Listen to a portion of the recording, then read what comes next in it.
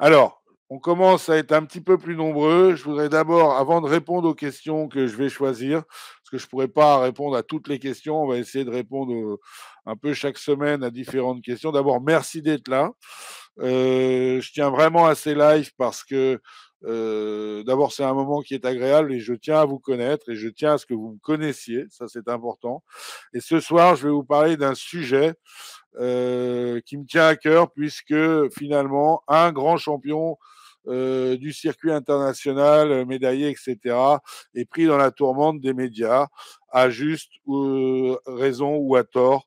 C'est une autre question. Je ne suis pas là pour juger ça, mais par contre, j'ai quand même une idée sur l'approche qu'on peut avoir et qu'on doit avoir maintenant. Mais j'aimerais vous faire d'abord un petit peu la genèse des gens de ma génération et de la génération d'avant, ce qu'on a pu leur apprendre et comment on pouvait, euh, comment dire, euh, faire progresser nos chevaux par des grands maîtres, des écuyers, des sous-écuyers de Saumur, des gens de l'école italienne, des gens de l'école allemande, etc.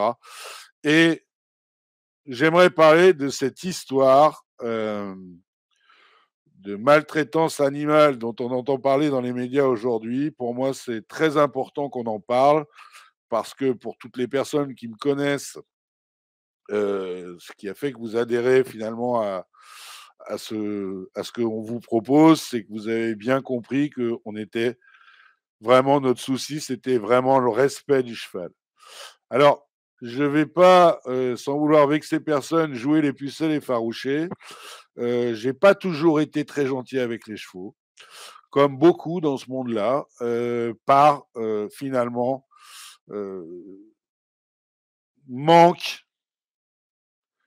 euh, par ignorance, tout simplement. Voilà, ça a été une première chose. Et il faut remettre l'église au milieu du village. Et ce que je voudrais, c'est vous expliquer ce que les chevaux peuvent nous apporter et ce qu'ils apportent. Alors, d'abord, aujourd'hui, on est en face d'un problème dont les médias parlent, c'est le barrage des chevaux. Bon, c'est un vaste sujet, c'est un sujet sur lequel il faut vraiment se pencher. Je ne veux pas faire la langue de bois, mais je ne veux accuser personne. Je tiens à vous dire que ma génération a appris l'équitation par des grands maîtres et des livres tels que ceux de Yves-Benoît Gironnière, qui ont été des livres extraordinaires pour nous faire comprendre comment fonctionnaient les chevaux. Et à cette époque, euh, des méthodes euh, qu'on appellerait aujourd'hui de maltraitance nous étaient enseignées. Et il faut bien comprendre que euh, ces gens-là le faisaient non pas dans un but de maltraiter les chevaux, mais dans un but d'éducation. Et après, évidemment, il y a eu des débordements. Et je crois que l'équitation, le monde évolue et qu'il faut aller de plus en plus et tous les jours réfléchir à ça de plus en plus vers le confort du cheval, son bien-être. Et je suis le premier défenseur de tout ça.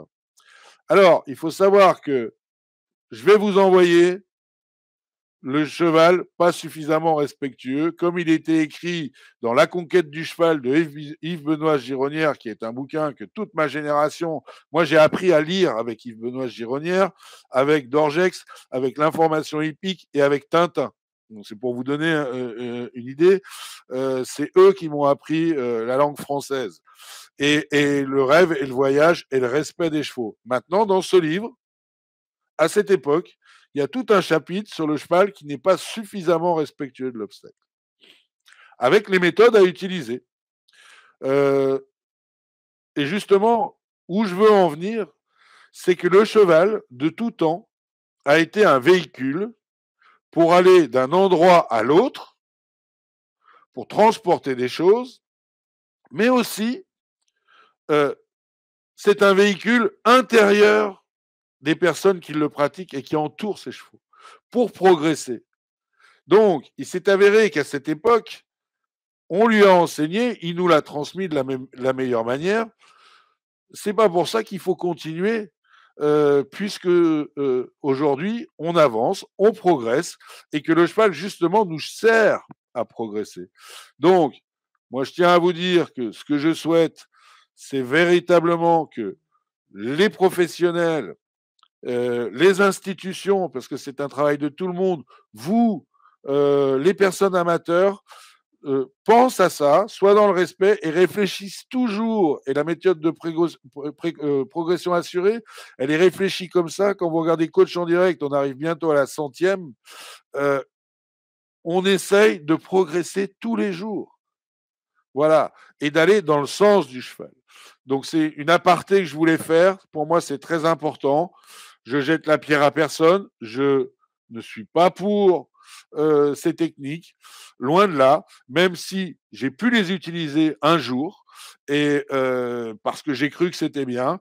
Et un jour, je me suis aperçu que c'était pas bien. Et mon expérience, maintenant, ma petite expérience me dit, Jean-Claude ne me contredira pas, les gens que je connaisse qui sont dans ce live ne me contrediront pas, me dit que un bon cheval n'a pas besoin de tout ça. Et c'est pour ça que j'ai essayé de créer un programme d'entraînement qui permette une communication avec le cheval pour le sport, parce que un sportif prend du plaisir à pratiquer son sport quand il est bien pratiqué et surtout s'améliore techniquement de jour en jour et qu'on n'a pas besoin de rentrer dans des systèmes qui sont quelque part coercitifs. Voilà, ça c'est ma grande idée. Je tenais à faire cette petite aparté. Jean-Maurice Bonneau, ex-entraîneur national français, entraîneur du Brésil, en parlait sur Georgette Lemag tout à l'heure. Il citait également ce bon Yves Benoît Gironnière qui a écrit des bouquins extraordinaires. Pour vous donner une idée, Yves Benoît Gironnière, dans un bouquin qui s'appelle Cheval, mon cher souci, donc c'était pas quelqu'un qui en voulait aux chevaux, qui cherchait à leur faire du mal. Bien au contraire, ce sont des bouquins qu'il faut lire et relire. Après, il y a certaines choses que maintenant il faut bannir parce qu'on a compris que ça ne servait à rien, qu'il y avait d'autres manières d'évoluer. Mais il disait une phrase qui était exceptionnelle, qui m'a marqué et qui est restée. Il disait, ce livre s'adresse aux personnes qui s'enorgueillissent de la rosée du matin et du premier hennissement au moment où on leur apporte l'avoine fraîche. Voilà. Donc, cet homme était bienveillant. Simplement, il a transmis des choses que beaucoup de monde a, a utilisées et les choses, comme souvent, peuvent dériver. Donc, l'idée de progression assurée, c'est pas d'aller dans ces systèmes-là, c'est d'essayer de se remettre en question, c'est pas de faire de la polémique, et c'est essayer, en tous les cas, de montrer par le programme que je vous propose, par les vidéos que je vous propose, que c'est possible d'avancer avec les chevaux et qu'on doit avancer avec les chevaux sans coercition. C'est pas parce que il y a des fois on dit qu'on n'est pas d'accord que c'est de la coercition, mais il faut vraiment aller vers ça. Voilà, tout simplement.